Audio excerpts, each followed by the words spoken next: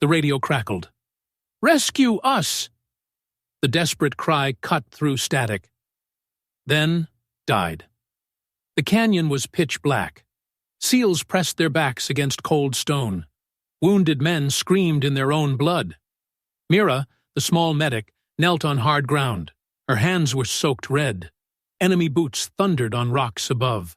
Rifles raised. An M4 rifle clattered at her feet. Mira looked at her medic bag, then set it down. She picked up the rifle, squeezed the trigger. Bang! The enemy commander dropped. The SEALs went silent. The medic is a sniper? Mira Tran, 30 years old, black hair pulled tight, small frame, SEAL support medic, quiet personality, short sentences, never argued. Her daily routine was simple: count tourniquets, label medications, sort plasma bags, clean surgical blades and personal bandages like a ritual, sit with wounded soldiers all night, tell them stories so they wouldn't fade away. Her teammates respected her, but kept her limited to medic duties only. Don't let her near the front lines. Fighting isn't her job. Mira smiled faintly, never argued back. During one training exercise, she stopped, stared at the wind flags for a long time. A young soldier laughed. Since when do medics read wind patterns? Mira tightened her backpack straps, walked away in silence. Inside her pack, hidden in a side pocket, was a silver patch, embroidered with Kraken unit, buried deep. She had a strange habit, always cleaning optical lenses with ultrafine cloth. Others thought they were medical scopes, but the cook knew better. He told stories about her. She shares her food with night guards, then writes each soldier's blood type on their tags. The truth was hidden in plain sight. Mira had been trained for something else, something no one suspected. During quiet moments, she would trace numbers in the dirt with her finger. Range calculations, wind adjustments, ballistic coefficients. When asked, she'd say she was practicing medical measurements. Her teammates saw dedication to healing. They missed the precision, the mathematical mind, the way she naturally calculated distances and angles. Ross Hale, the unit commander, had noticed something once. During a supply drop, Mira had instantly estimated the helicopter's altitude and wind drift. Her calculation was perfect. "Lucky guess," she had said. But Ross filed it away in his memory. The Kraken unit patch in her bag told a different story. Special Operations Sniper Unit, classified missions, surgical eliminations. But that was before. Before she chose healing over killing. Before she became just a medic. Her transition was voluntary. A personal choice after too many missions. Too many faces in scopes. Too many lives ended with a single trigger pull. She'd requested transfer to medical support. Command was puzzled, but approved. "I want to save lives instead," was all she'd said. For 3 years, she'd kept that promise. Bandages instead of bullets. Healing instead of hunting. Her sniper skills lay dormant. Muscle memory locked away. But muscle memory never truly dies. It waits. The canyon ambush was about to unlock everything Mira Tran had tried to leave behind. Basalt gulch, vertical stone walls, howling wind, swirling dust. Mission, SEAL escort. Mira positioned in the middle of formation. They'd just passed Bell Ridge when hell broke loose. PKM machine gun raked the left flank. AK-47s hammered from the right. An RPG screamed overhead, exploded behind them in blinding flash. Main radio was jammed. Only static remained. Commander Ross Hale grabbed the backup channel. "Rescue us!" His voice cracked with desperation. The wounded started falling. Vega caught shrapnel in his shoulder. Blood poured like a faucet. Dale took a round through the thigh. Arterial spray painted the rocks. Mira slid into a stone crevice. She pressed gauze against Vega's wound, counted 180 seconds, wrapped a tourniquet around Dale's leg, wrote the time on his forehead with a marker, signaled to the soldiers still capable of fighting. "Cover me for 20 seconds." Enemy shadows moved closer. Their commander stood on high ground with binoculars. An M4 rifle slipped from a wounded soldier's grip, clattered right at Mira's feet. She stared at her medic bag, then at the enemy commander directing the assault through his optics. Time slowed. 3 years of suppressed training flooded back. Range, 200 meters. Wind, left to right, 8 miles per hour. Target, elevated, moving. Her hands moved without conscious thought. Mira set down her medic bag, picked up the rifle, checked the chamber. 1 round ready. Her body assumed the position, muscle memory taking control. Left elbow braced, right hand gripped, cheek against stock. The enemy commander raised his binoculars again, pointed toward the SEAL's position. Mira's breathing slowed. Heart rate dropped. The chaos around her faded to silence. She could see everything through the iron sights. Wind flags, dust patterns, the slight sway of the target. Compensation, 2 inches left, 1 inch high. Her finger found the trigger, applied pressure gradually. The rifle fired. Crack! The enemy commander jerked backward, tumbled off the rocky ledge. The entire canyon fell silent. For 3 heartbeats, nobody moved. Friend or enemy?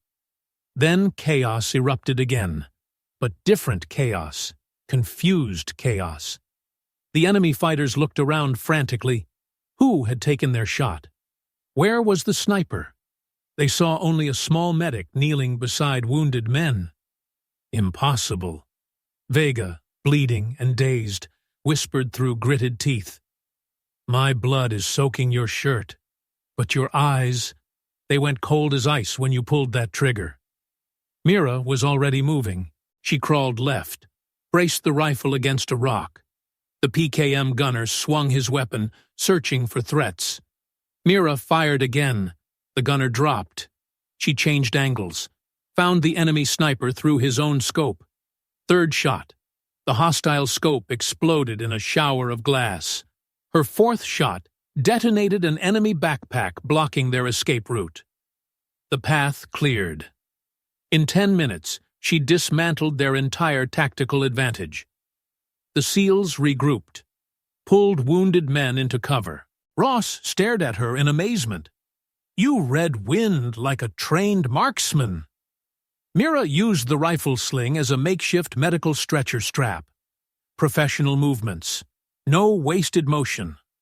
Her final shots broke the enemy perimeter. Then immediately, she turned back to her wounded. Sutured Dale's chest wound. Started IV fluids for Vega. She said nothing about the shooting. A young soldier, hands shaking, whispered to his buddy. She saved the entire unit with just a few bullets. The impossible had happened. The quiet medic was something else entirely. Without their commander, the enemy assault collapsed into chaos. Mira continued her deadly work. She low-crawled to the left flank, steadied her rifle against granite, eliminated the remaining PKM crew, changed positions again, fired through the enemy sniper's scope from an impossible angle. Her next shot detonated an ammunition cache, clearing their extraction route. The SEALs found their courage again. They dragged wounded soldiers into defensive positions. Ross whispered in awe. "She reads environmental conditions like a professional marksman." Mira improvised a stretcher using rifle slings. Every movement was textbook precision. In 10 minutes, she'd systematically destroyed their encirclement. But her most impressive moment came next. As the final enemy positions crumbled, Mira immediately transitioned. The rifle went down. Medical supplies came out. She sutured Dale's penetrating chest wound with surgeon-like precision, established intravenous access for Vega, monitored his vitals, triaged 3 other wounded soldiers with clinical efficiency. She never mentioned the shooting, never acknowledged the impossible shots. To her, the medical emergency was the priority. The shooting was simply necessary. A young private, barely 19, stared at her with wide eyes. "Ma'am, how did you—" "Focus on pressure bandages," Mira interrupted. "We have wounded to stabilize." But the questions hung in the air. Ross Hale had been in special operations for 15 years. He'd worked with Navy SEALs, Army Rangers, Marine Force Recon. He knew precision shooting when he saw it. "Those weren't lucky shots," he told his sergeant quietly. "That was surgical marksmanship." The sergeant nodded grimly. The medic just outshot everyone in this canyon, including their sniper. As they prepared for extraction, Ross noticed something else: Mira's equipment positioning, her movement patterns, the way she naturally selected cover and concealment. This wasn't medical training. This was something else entirely. During the helicopter extraction, Ross sat beside her. "Where did you learn to shoot like that?" Mira focused on monitoring Vega's blood pressure. "I read the manual." "Which manual?" "The one that says save lives by any means necessary." Ross wasn't satisfied. "Mira, I've been doing this for 15 years. What I saw today—" She looked at him directly. "You saw a medic doing her job, keeping soldiers alive, by taking perfect shots at 200 meters in combat conditions." Mira adjusted Vega's IV drip. Sometimes healing requires different tools. That's when Ross noticed the patch. Just a glimpse as Mira reached into her medical bag. Silver thread, Kraken emblem. His blood ran cold. Kraken unit was legend in special operations circles. Elite snipers, classified missions, soldiers who could eliminate targets at ranges most people couldn't even see. But Kraken unit had been disbanded 3 years ago, after a particularly brutal mission series. The survivors had scattered, some to regular units, some to civilian life, and some, apparently, to medical support roles. Ross kept his revelation to himself. For now. Back at base, the official report was simple. Mira Tran provided medical support. Unit extracted safely. No mention of sniper fire. No details about impossible shots. But word spread anyway. It always does. In the mess hall, conversation stopped when Mira entered. Soldiers who'd previously dismissed her as just a medic now watched with different eyes. The soldier who'd once mocked her wind-reading ability sat quietly in the corner. Penn, the unit's chronicler, wrote in his private journal, "Without Mira, our rescue call would have been nothing but death screams. She was our survival signal." But Mira herself remained unchanged. Same quiet demeanor, same focus on medical duties, same reluctance to discuss what had happened in the canyon. She'd crossed a line she'd sworn never to cross again, used skills she'd tried to bury. But her teammates were alive. That was what mattered. The Kraken patch stayed hidden in her medical bag. But everyone knew now. The small, quiet medic was something much more dangerous. And in a world where survival often depends on the unexpected, that knowledge changed everything. The official report remained unchanged. Mira Tran provided medical support during enemy contact. Unit extracted without casualties. No mention of sniper work. No details about precision shots. That was fine by Mira. 3 days later, in the mess hall, she sat alone in her usual corner.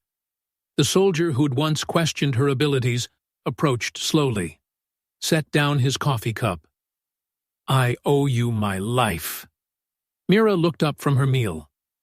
You owe me nothing. Just stay alive. That's not how this works, he said. What you did out there... I did my job. Ross Hale stood up, his voice carried across the quiet mess hall. Never forget. His words were deliberate, weighted. We're all breathing because of someone we once thought only knew bandages and medical supplies. No applause followed, but every pair of eyes had changed. The look of dismissal was gone, replaced by something deeper. Respect mixed with questions they'd never ask. A chair in the mess hall was quietly reserved for Mira. No official designation, no ceremony, just an understanding. The small medic who'd once been overlooked was now seen clearly. But Mira preferred it quiet. She'd never wanted recognition for her previous life. Her choice to become a medic had been about redemption, about using her skills to preserve life instead of ending it. The canyon ambush had forced her hand, made her reveal abilities she'd tried to bury. But her teammates were alive. Vega would return to his family. Dale would walk again. That was worth breaking her own rules. Ross approached her table one evening. The Kraken patch in your bag, he said quietly. I saw it during extraction. Mira's expression didn't change. How many missions? He asked. Enough to know I didn't want any more. But when we needed, I did what was necessary. Nothing more. Ross nodded. The men want to know who you really are. I'm a medic. That's who I chose to become. And before? Mira stood up, cleared her tray. Before doesn't matter. Only what happens next. She walked away, leaving Ross with more questions than answers. But the message was clear. The past was buried. The present was about healing. And if healing sometimes required different tools, so be it. The quiet medic would use whatever skills necessary to keep her people alive.